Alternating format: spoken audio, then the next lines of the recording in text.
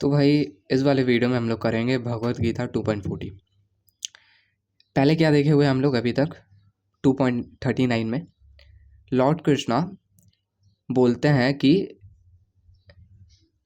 तुई इमाम शृणु बुद्धिर्योगे तुई इमाम शृणु कि अभी हम तुमको बुद्धि योग के बारे में बताना चालू करते हैं। और इस वाले वर्ड से 2.40 से लॉर्ड श्री कृष्णा बताते हैं बुद्धि योग के बारे में, भक्ति के बारे में। तो देखते हैं how the words goes like.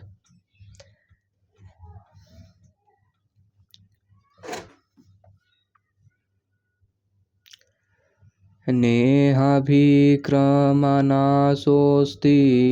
प्रत्यया वायो न विद्यते स्वल्पमप्यस्य धर्मस्य त्रायते महतो भयात्। और एक बार करेंगे इसको। नेहाभिक्रमनाशोऽस्ति प्रत्यया वायो न विद्यते स्वल्पमप्यस्य धर्मस्य त्रायते महतो भयात्। तो समझते हैं यहाँ पे लॉर्ड श्री कृष्णा क्या बोल रहे हैं।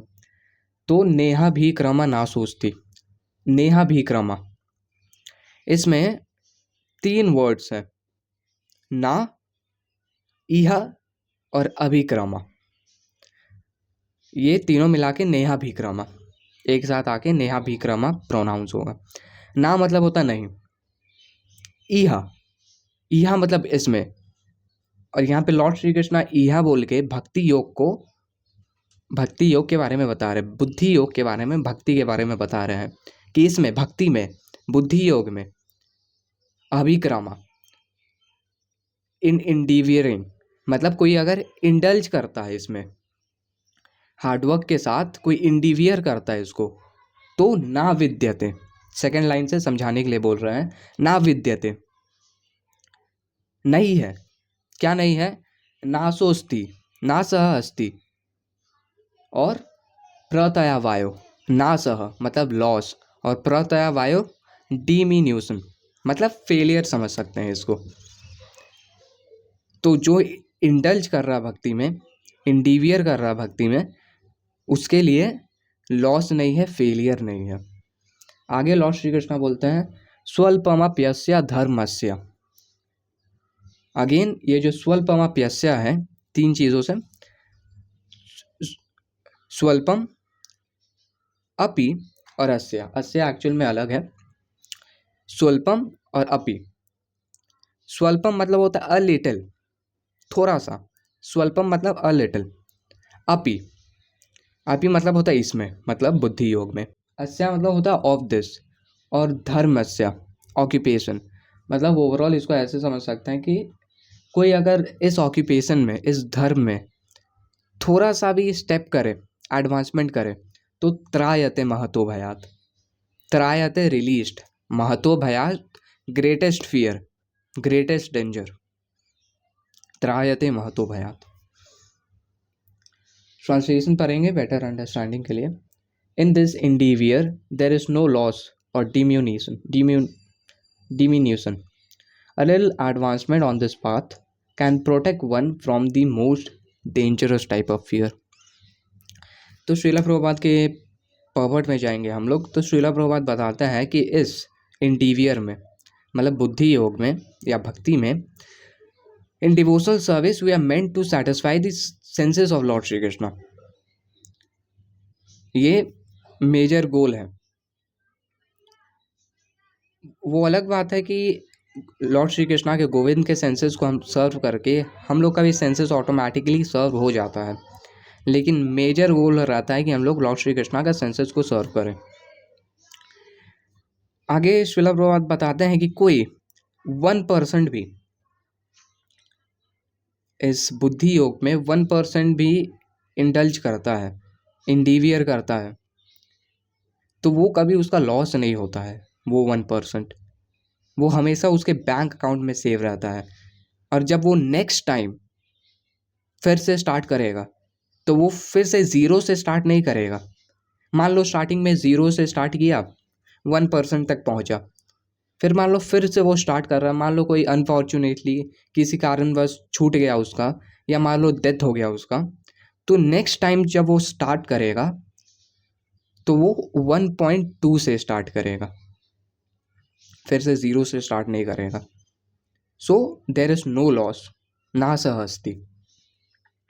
और अगर इसमें लॉस नहीं है तो फेलियर भी नहीं है, हमेशा इंसान इसमें स्टेप करते रह सकता है और 100% में घर वापस, back home, back to God. Lord यहाँ पे श्रीला प्रभुपाद आगे हम लोग को अजामिल का स्टोरी बताते हैं। तो अजामिल का स्टोरी श्रीला प्रभुपाद भागवतम से लेते हैं। तो लॉन्ग स्टोरी शॉर्ट, अजामिल का स्टोरी कुछ ऐसा रहता है कि पहले वो बहुत ही ज़्यादा साधु व्यक्ति रहता है, कृष्णा कॉन्शियस रहता है। फिर एक बार क्या रहता है, वो जंगल से गुजर रहा होता है तो वो एक प्रोस्टिट्यूट को देखता है और उसके दिमाग में, पूरा बॉडी में लस्ट हो जाता है, लस्ट आ जाता है। और इतना कि वो, उसका पिताजी रहता है एक, और वो मैरिड रहता है। तो इतना वो लस्टी हो जाता है कि उस प्रोस्टिट्यूट को देख के कि वो उससे शादी कर लेता है, और उसका जो पिताजी रहता है और उसका जो बीवी रहता है उन लोग को धक्का मार के निकाल देता है। और वो इतना सीन करता है, इतना सीन करता है कि, इतना सीन करता है कि 80 साल का उसका उम्र हो गया था, लेकिन फिर भी उसका 4 साल का बच्चा था, इतना सीन करता है। तो एक बार क्या हुआ कि बहुत सारा ब्राह्मण लोग, जहाँ पे अजामिल रहता था वही विलेज से गुजर रहे थे, और ब्राह्मण लोग आई गेस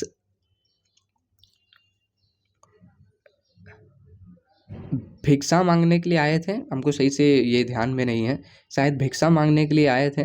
और वो खोज रहे थे ब्राह्मण लोग कि सबसे सेंटली पर्सन उनके घर में जाए, ब्राह्मण लोग कि सबसे सेंटली पर्सन से ही हम लोग भिक्षा मांगेंगे। तो ब्राह्मण लोग पूछ रहे थे जो गांव में लोगों से कि इसमें, इस गांव में सबसे ज़्यादा सेंटली पर्सन कौन है। तो एक जन मजाक मजाक में बोल देता है, अरे वो अजामिल है ना, उसके घर में जाइए। ब्राह्मण लोग पहुंचते हैं और पहुंचने के बाद देखते हैं कि अरे ये सब क्या चल रहा है, 4 साल का बेटा है और खुद 80 साल का है ये। तो क्योंकि उसके दिल में पहले से थोड़ा सेंटली टाइप का रहता है अजामिल, थोड़ा सा साधु टाइप का रहता है। तो ब्राह्मण लोग को देख के एक ऐसा होता है ना कि कोई इंसान रहता है जो कि भले ही बहुत ज़्यादा सिंफुल एक्टिविटी करता है, बैड हैबिट्स करता है, लेकिन उसके दिल में उसको पता रहता है कि I am doing it wrong, और इम्प्रूवमेंट का चाहत रहता है। तो वैसे ही अजामिल का था। तो ब्राह्मणों को देखते ही वो ऑबिसेंसेस ऑफर करता है और अपना पूरा सिचुएशन बताता है उसको। तो ब्राह्मण लोग बोलते हैं कि अभी तक जो हुआ है ठीक है, तुम क्या करो, ये जो तुम्हारा 4 साल का लड़का है उसका नाम तुम नारायण रख दो। बात मांगता है अजामिल, अपने बेटे का नाम नारायण रख देता है। फिर क्या होता है, अजामिल का डेथ का टाइम आता है। तो डेथ का टाइम जब आता है तो वो देखता है कि अरे यमराज आ गया, ऑलमोस्ट बॉडी को छोड़ रहा था और कंप्लीटली नहीं छोड़ रहा था। तो यमराज उसके सामने विजिबल हो गया, और यमराज इतना डेंजरस दिखने में वो डर के मारे अपने बेटे को बुलाने लगा, नारायण नारायण, डर के मारे बुलाने लगा। खुद the supreme personality of godhead Narayana आ गए। तो कुछ ऐसा सिनेरियो हो गया था कि वो एक साइड में था, यहाँ पे यमराज और यहाँ पे नारायण। और अब वो बीच में था, यमराज और नारायण के बीच में बात चालू हो गया कि यमराज को नारायण बोल के, तुम क्या कर रहे हो, कृष्णा कॉन्शियस किया है अपने लाइफ में, अभी नाम ले रहा, क्यों लेने आया है इसको। तो यमराज बोलता है कि नहीं, ये बहुत ज़्यादा सिन किया है, इसको तो हमको लेके जाना होगा। तो नारायण बोलता है नहीं, ये क्योंकि डिवोशनल सर्विस किया और अभी भी मरने के टाइम पे मेरा नाम लिया है, तो he will go back home, घर वापस जाएगा, ये वैकुंठ लोग वापस जाएगा। And that Ajamil goes back home, back to Godhead. तो ये एक नाम का पावर है, और पिछले में जो कृष्णा कॉन्शियसनेस वो किया था, इसका पावर है। तो जितना भी कृष्णा कॉन्शियसनेस है वो बैंक अकाउंट में सेव रहता है। यही लॉर्ड श्री कृष्णा, श्रीला प्रभुपाद अपने पर्पट में बताते हैं। फिर यहाँ पे श्रीला प्रभुपाद भागवतम से एक कोट मेंशन करते हैं जो कि हम पढ़ेंगे। If someone gives up his occupational duty and works in Krishna consciousness and then falls down on the account of not completing his work, what loss is there on his path? And what can one gain if one performs his material activities perfectly? तो यहाँ पे श्रीला प्रभुपाद बोलते हैं कि अगर कोई एक इंसान, जैसे कि हम अजामिल का स्टोरी बताएं, तो जैसे अजामिल पहले सेंटली इंसान था, कृष्णा कॉन्शियसनेस फॉलो करता था, फिर कृष्णा कॉन्शियसनेस से गिर गया, गॉड कॉन्शियसनेस से गिर गया। तो इसका मतलब ये नहीं है कि उसका टोटल फेलियर हो गया। जैसे कि मटेरियल चीज़ों में देखते हैं, बिजनेस कोई कर रहा है, भले ही अच्छा करे क्यों ना, लेकिन अगर गिर जाता है वो, तो that is a complete failure. लेकिन in case of Krishna consciousness failure नहीं था जामिल के लिए। और जैसे कि लॉर्ड श्री कृष्णा बोल रहे हैं, ना सहस्ती और प्रत्यवायो, फेलियर नहीं है, लॉस नहीं है। तो यहाँ पे श्रीला प्रभुपाद बता रहे भागवतम से कोट करके कि कोई लॉस नहीं है एक इंसान का कृष्णा कॉन्शियसनेस में, गॉड कॉन्शियसनेस में। लेकिन एट द सेम टाइम कोई एक मटेरियल एक्टिविटी, कोई मटेरियल ऑक्यूपेशन परफॉर्म कर रहा है एक इंसान, तो उसका गेन भी क्या है? मान at the end of the day material occupation 99% of the लोग क्यों करते हैं? For the sake of money. और ये बहुत ही ज़्यादा नॉर्मल चीज़ है कि मनी और फेम, जितना भी इंसान, एक व्यक्ति फेमस हो, जितना भी एक व्यक्ति के पास पैसा हो, जैसे मुकेश अंबानी, पैसा भी है, फेमस भी है, बस हम एक एग्जांपल दे रहे हैं, हेट्रेड नहीं है, या हमको पता भी नहीं कि कितना डिवोशनल सर्विस किया है वो, बस एक एग्जांपल के लिए कि उसके पास फेम भी है, पैसा भी है, लेकिन सब बॉडी तक है। As soon as he leaves his body, इतना पैसा, इतना सब कुछ, सब गया। तो व्हाट गेन इज़ देयर? अब मान लेते हैं कि कोई बोलता है कि भाई इन्जॉयमेंट किया है अपने लाइफ में, वर्क किया, हार्डवर्क किया है, तो भाई उसको इन्जॉयमेंट नहीं बोला जाता है। कैसे? मान लो एक व्यक्ति है जो कि हार्डवर्क करता है, पैसा कमाता है, इन्जॉयमेंट करता है, फिर डेथ, तो सब कुछ लूज़। फिर मान लो दूसरे लाइफ टाइम में हार्डवर्क करता है, पैसा कमाता है, मज़ा करता है, फिर डेथ आ गया, फिर लूज़। फिर हार्डवर्क करता है, पैसा कमाता है, मज़ा करता है, फिर से डेथ आ जाएगा, फिर से लूज़। तो हम बोलते बोलते थक गए, ऐसा cycle of birth and death चलते रहेगा। तो my dear brother, this is not मज़ा, this is, you are basically trapped in the cycle of birth and death. This is not actual मज़ा।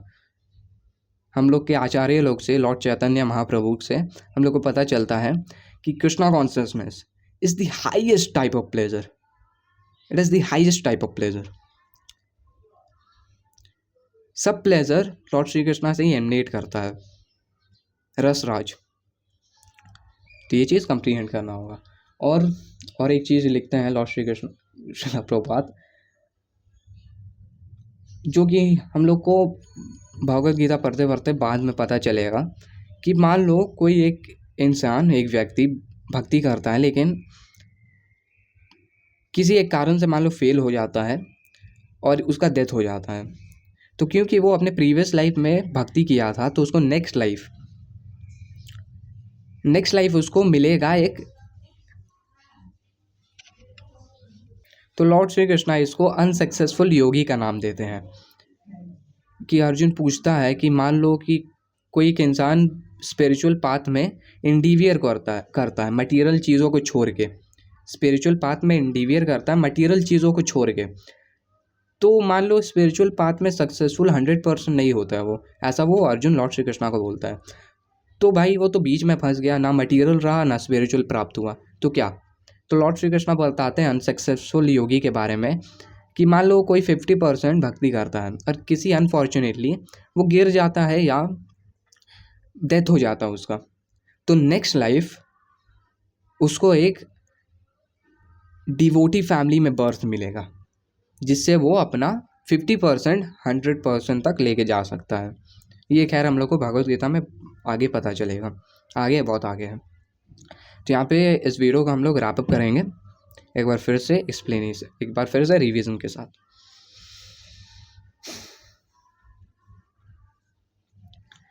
नेहाभिक्रमनाशोऽस्ति प्रत्यया वायो न विद्यते स्वल्पमप्यस्य धर्मस्य त्रायते महतो भयात्।